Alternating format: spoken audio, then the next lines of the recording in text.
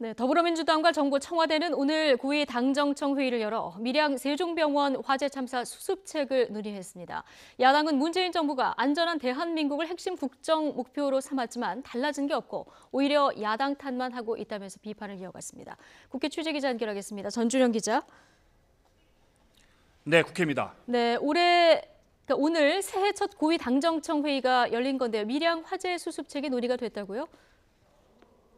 네, 더불어민주당과 정부 청와대는 행정력을 총동원해서 밀양 참사 수습에 만전을 기하고 전국 29만 개 시설에 대해서는 대대적인 안전 진단을 추진하기로 했습니다. 당정청은 오늘 아침 여의도 민주당사에서 새해 첫 회의를 열어 이번 사고로 많은 인명 피해가 발생한 데 대해 거듭 안타까움과 애도를 표했습니다.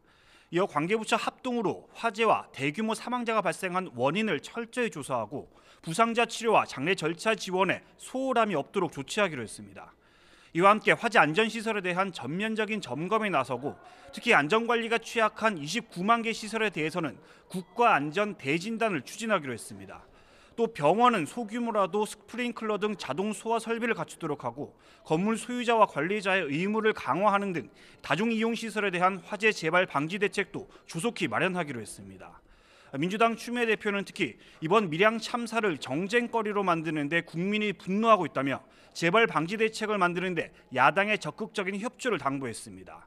또 우원식 원내대표도 불법 증축과 소방 설비 미비 등 안전 불감증과 무분별한 규제 완화가 문제라면서 정치권이 규제 완화에 왜 무력했는지 반성하고 2월 국회에서 소방 안전법안 처리에 속도를 내야 한다고 강조했습니다.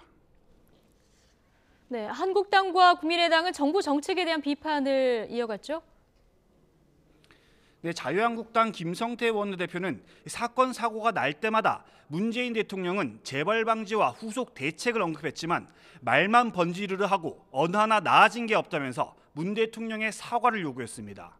김 원내대표는 현 정부 출범 이후 9개월간 각종 사건 사고로 420여 명의 사상자가 발생했고 사망자는 107명에 달한다며 계속되는 사건 사고로 국민은 불안을 넘어 공포를 느낀다고 말했습니다.